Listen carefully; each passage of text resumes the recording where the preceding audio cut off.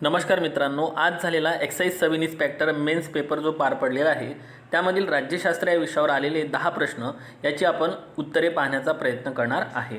तर 91 नंबरचा प्रश्न होता, विधेयक वादग्रस्त असल्यास किंवा गुंतागुंतीचे असल्यास ते कोणत्या समितीकडे विचारार्थ पाठवले जाते। ऑप्शन होतं 1 प्रवर समिती, दुसरं ऑप्शन होतं स्थायी समिती, तिसऱ्या क्रमांकाचं ऑप्शन होतं संयुक्त समिती आणि चौथं ऑप्शन होतं समिती विषयक समिती। तर या प्रश्नाचं अचूक उत्तर आहे ऑप्शन क्रमांक 1, तर हे प्रवर समितीकडे पाठवल्या जाते। त्यानंतर दुसरा प्रश्न विचारलेला होता आपल्याला, निवडणूक सुधारांशी संबंधित सूची व समित्या दिलेल्या होत्या। तर बघा, एन होरा कमिटी जी होती ती होती 1993ची, लक्षात घ्या कधीची होती, 1993ची। ओके, तर उत्तर मिळालेलं आहे आपल्याला 92ला 3। मग दिनेश गोस्वामी कमिटी कधीची होती, तर ती होती कमिटी 1990ची।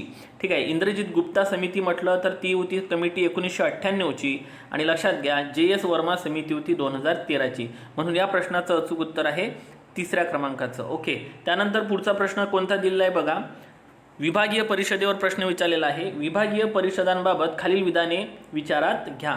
अविधान दिलेलं आहे, विभागीय परिषद ही घटनात्मक संस्था आहे, तर हे विधान चुकलेलं आहे कारण ती 1956च्या कायद्यानं निर्माण करण्यात आलेली आहे, त्यामुळं अ ऑप्शनवाले आपण याच्यातून कट करून टाकूया।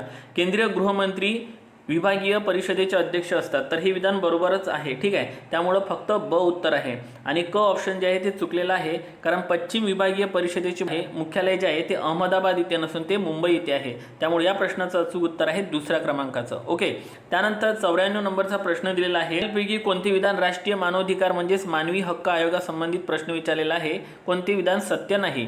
ठीक आहे, तर बघा, या आयोगाची स्थापना 93 मध्ये झाली, अगदी बरोबर आहे। त्यानंतर मानवाधिकारांचे उल्लंघन झाल्यास दोषींना शिक्षा करण्याचा अधिकार आयोगाला नाही, हे पण विधान बरोबर आहे।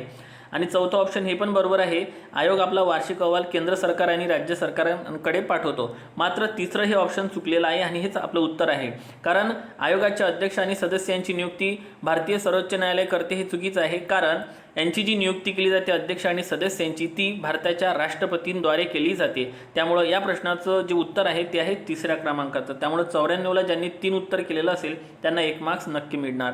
त्यानंतर 95 नंबरचा जो प्रश्न विचारलेला आहे थोडा डीपमधला प्रश्न होता, ज्या न्यायालयीन कृतीने कार्यकारी आणि कायदे मंडळाच्या क्षेत्रामध्ये अतिक्रमण होते अशी कृती म्हणजे न्यायालयीन सक्रियता, अशी न्यायालयीन सक्रियतेची व्याख्या करता येईल असे कोणी म्हटले, तर माझ्या मते या प्रश्नाचं उत्तर यायला पाहिजे 95ला 4, उपेंद्र बक्षी यांनी म्हटलेलं आहे। आणि न्यायालयीन सक्रियता हे आपण अमेरिका या देशाकडून घेतलेली एक स्त्रोत आहे। त्यानंतर बघा, 96 नंबरचा प्रश्न होता, खालील विधाने लक्षात घ्या, तर या प्रश्नाचं अचूक उत्तर आहे अ, ब, क तिन्ही विधानं बरोबर आहे। अविधान आहे, भारतीय संविधानाच्या अनुच्छेद 88 नुसार महान्यायवादी हा मंत्रिमंडळाचा सदस्य नसला तरी त्यास संसदेच्या दोन्ही सभागृहात किंवा तो ज्या सभागृह समितीचा सदस्य असेल त्यात भाषण करण्याचा अधिकार असतो, मात्र मतदानाचा अधिकार असत नाही, अगदी बरोबर आहे। अनुच्छेद 105 बघा मधील तरतुदी 4 मधील तरतुदी संसद सदस्यास प्राप्त असलेले अधिकार महान्यायवादीस पण प्राप्त होतं, हे पण बरोबर आहे। आणि क ऑप्शन आहे, भारताचा महान्यायवादी म्हणून तो देशातील कोणत्याही उच्च न्यायालयात केंद्र शासनाची बाजू मांडू शकतो, तर हे पण विधान कसं आहे, बरोबर आहे। त्यामुळं माझ्या मते या प्रश्नाचं उत्तर चौथ्या क्रमांकाचं यायला पाहिजे। त्यानंतर 97 नंबरचा प्रश्न होता, या पण प्रश्नाचं अचूक उत्तर आहे अ, ब दोन्ही विधाने कसे आहे, बरोबर आहे। कारण अनुच्छेद 1 मध्ये आपल्याला माहित आहे इंडिया आणि भारत हे दोन्ही शब्द आहे, सो इंडिया देट is a Bharat shall be a union of state असा उल्लेख असून युनियन या शब्दप्रयोगाद्वारे काय सूचित करण्यात आलेलं आहे, तर अ बघा, राज्यांच्या आपापसातील कराराची परिणिती म्हणून हे संघराज्य अस्तित्वात आलेलं नाही आहे, बरोबर आहे। ठीक आहे, कारण आपण करारानं एकत्र आलेलं नाही आहे। आणि ब आहे ऑप्शन, भारतीय संघराज्य हा कराराचा परिणाम नसल्याने, बरोबर आहे, कोणत्याही घटक राज्यास त्यातून बाहेर पडण्याचा अधिकार नाही, कारण भारत हा भंजक राज्यांचा अभंजक संघ आहे। आणि पुढचं विधान तेच आहे, संघराज्य हे युनियन आहे कारण ते अविध्वंसनीय आहे। सो या प्रश्नाचं अचूक उत्तर यायला पाहिजे 97ला 3।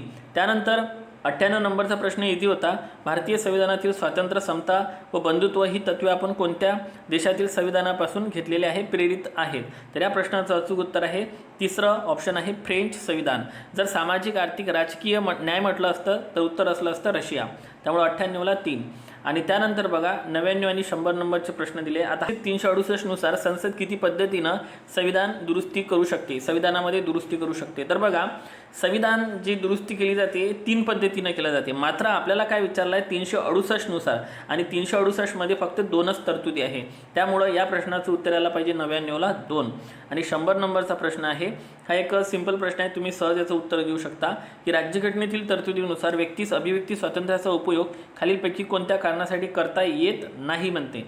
तर शासनावर टीका करण्यासाठी, ब आहे स्वतःच्या भावना व्यक्त करण्यासाठी, क आणि ड आपल्याला इथं त्याचा वापर करता येणार नाही, दुसऱ्याची बदनामी करण्यासाठी आपण वापरू शकत नाही, आणि सरकारविरुद्ध बंड करण्यास लोकांना प्रवृत्त करण्यासाठी वापरू शकत नाही. त्यामुळे या प्रश्नाचं उत्तर आहे 100ला 3.